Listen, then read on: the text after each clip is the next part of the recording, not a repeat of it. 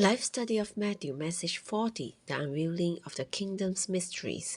Before we consider the parable of the net, I would like to say a further word regarding the treasure and the pearl. In the Bible, the number 7 is composed of 4 plus 3, 3 plus 4, or 6 plus 1. The first time the number 7 is mentioned in the Bible, it is composed of the 6 days of creation plus 1 day, the Sabbath, for rest. In Revelation, the 7 churches are composed of 3 plus 4. The 7 seals are firstly composed of 4 plus 3, then of 6 plus 1. The principle is the same with the 7 trumpets and the 7 bowls. In Matthew chapter 13, the number 7 is composed firstly of 4 plus 3, then of 6 plus 1. The first 4 parables are all related to foodstuff, but the 5th and 6th parables are related to transformation for building. Although even the hardest bread can be leavened, pearl and precious stones cannot be leavened. Furthermore, although a wafer or even hard bread may be ruined by water poured upon it, this is not true either the precious stones or pearls. The Lord's word in Matthew 13 is not merely a prophecy or a doctrine, it is also a vision of the practical situation of today's Christianity with respect to the church and the kingdom. The Lord's word about the mysteries of the kingdom is not idealistic or ethereal, it is practical. Thus, if we would understand these parables, we must look to the Lord for some practical application of them. Our understanding of the parables must match the practical situation. If you look at today's Christendom, you will see that the real Christians are the weeds and the false Christians have been mixed with the real ones to frustrate their growth. Everywhere on earth, especially in Europe, we see more false Christians than real ones. In Catholic countries like Italy and Brazil, it's difficult to find one genuine Christian among many so-called Christians. Therefore, the interpretation of the text as being false Christians is not only doctrinal, but also practical according to history and the present situation.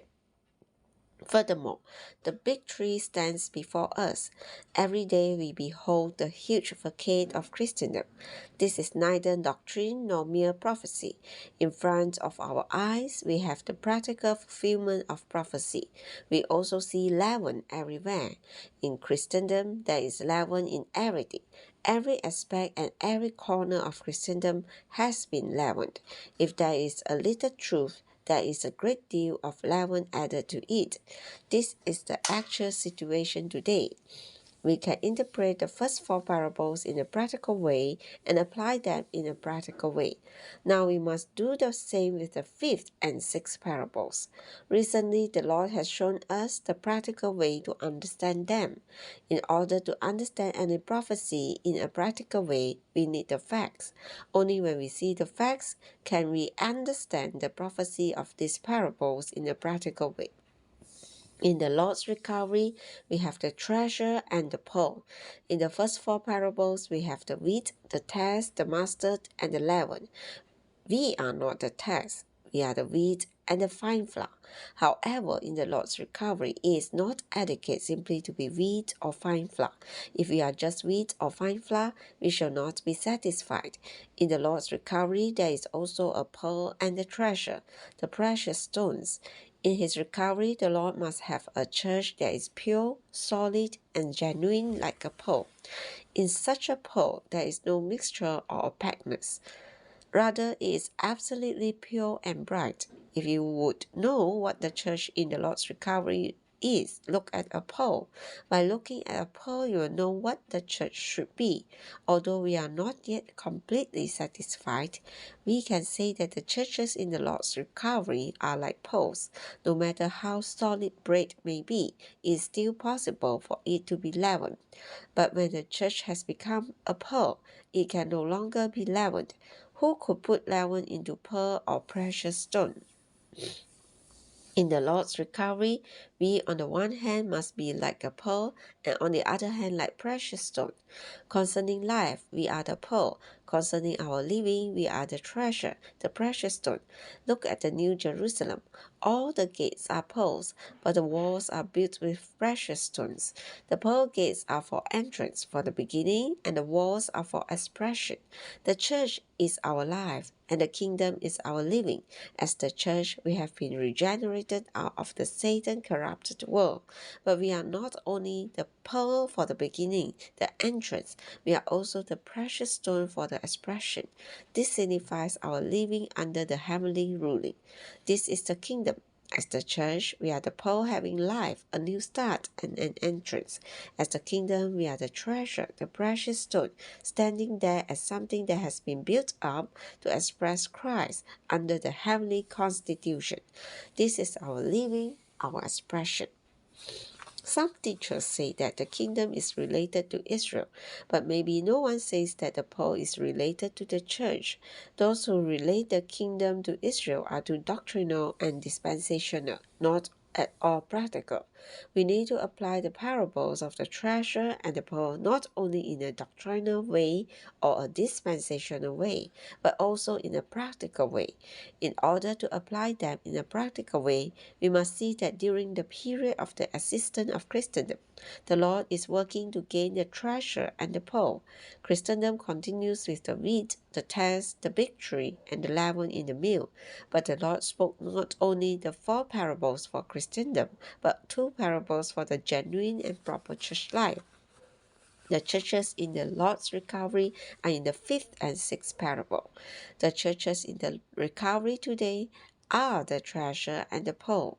As far as life is concerned, we are the pearl, and as far as our living is concerned, we are the treasure. For life, we are the pearl gates. For our living, we are the walls made of precious stones.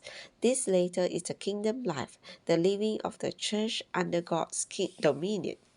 This enables us to have a fuller understanding of the New Jerusalem.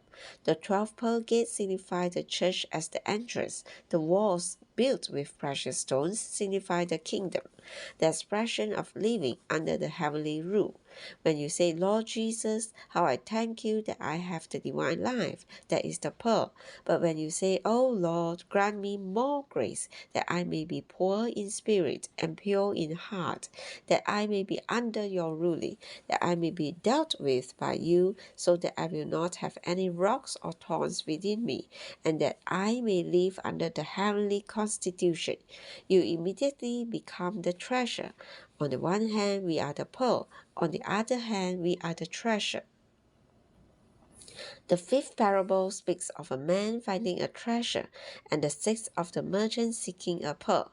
For the kingdom, Christ is the man, and for the church, he is the merchant.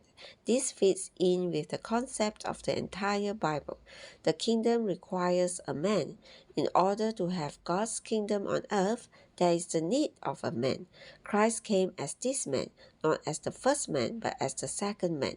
Firstly, this man found the kingdom. Then, because of the rejection of Israel, he hid the kingdom from the Jewish people. For the church, Christ is the merchant, one who is always seeking to gain something of high value. Regarding the kingdom, the man bought the field, the earth. The reason he bought the earth is that the kingdom is in the earth. However, in order to gain the pearl, the merchant did not purchase the sea. Rather, he bought only the pearl. Christ is the one who bought the pearl directly, but he did not buy the treasure directly. Instead, he bought the field directly. Although Christ redeemed the church and the earth, he did not redeem the kingdom. The kingdom does not require a redeemer or a buyer. However, the lost earth, the earth created by God and then lost, requires a redeemer. Furthermore, the church as God's chosen and predestinated people also requires a buyer, because those people became lost. Therefore, the kingdom needs only a man, but the church needs a merchant and a redeemer.